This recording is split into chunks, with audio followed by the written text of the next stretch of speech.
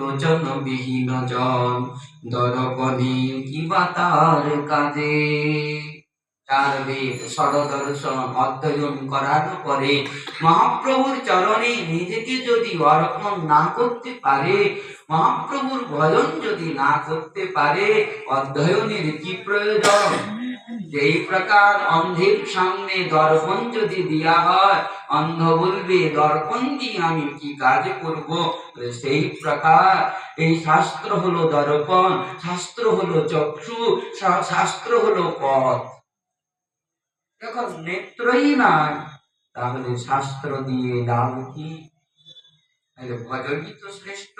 তাই বলছেন বেদ বিদ্যা দুই কিছুই নাহি জানত, সে যদি গৌরাঙ্গ করে নয়নানন্দেতে ভরে, সেই সে সকলে জানে সর্বসিদ্ধি করতলে তার। প্রমাণ এই যোগ্য পত্নীগণ এখন ব্রজমণ্ডলী হুলস্থুল বেঁধেছে কোন এক বিশেষ অনুষ্ঠানে।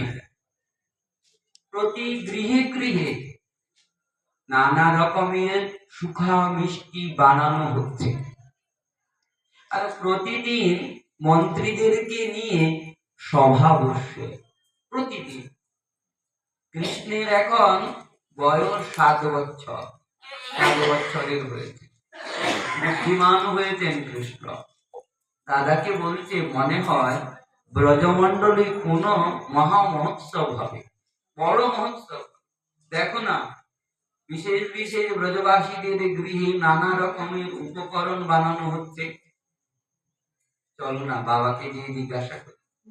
বলরামকে নিয়ে আসলেন নন্দ বাবার কাছে, চরণ বন্দনা করলেন।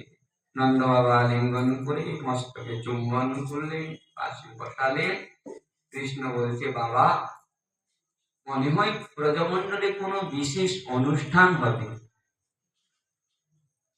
শুনে কাজ নয়, এখন খেলাধুলার বয়স। কৃষ্ণ বলছে আগে যেহেতু আমাদেরকে করতে হবে, এখন যদি তোমরা না শিখাও তাহলে কি করে করবো?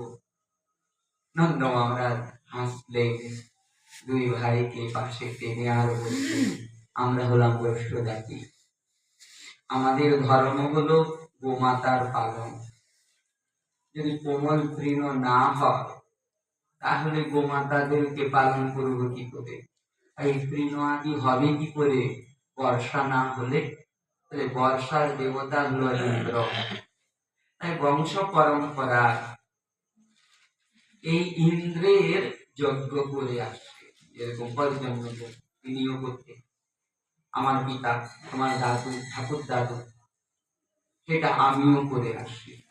সেই অনুষ্ঠান আসছে, ওই জন্যই ব্রজমণ্ডলে বিশেষ বিশেষ গৃহে এত উপকরণ বানানো হচ্ছে, প্রতিদিন সভা বসছে। এই ব্রজমণ্ডলের সব থেকে বড় মহোৎসব। শুনে কৃষ্ণ বলছেন সবাই নিজ নিজ কর্মফল ভোগ করে। ইন্দ্র কি দাতা? ইন্দ্র কি দাতা? কর্মণা জায়তে জন্তু কর্মণৈব বিলীয়তে, সুখম দুঃখম ভয়ম ক্ষেমম কর্মণৈব বিপদ্যতে।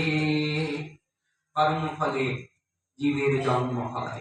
বৃথা আমরা মাতা পিতাকে দোষ দিই, তোমাদের জন্যই তো আমি খেতে পাই না, তোমাদের জন্যই তো আমি পড়তে পারি না, তোমরা কেন গরিব, তোমাদের কেন ধন নাই, এটা চিন্তা করি না।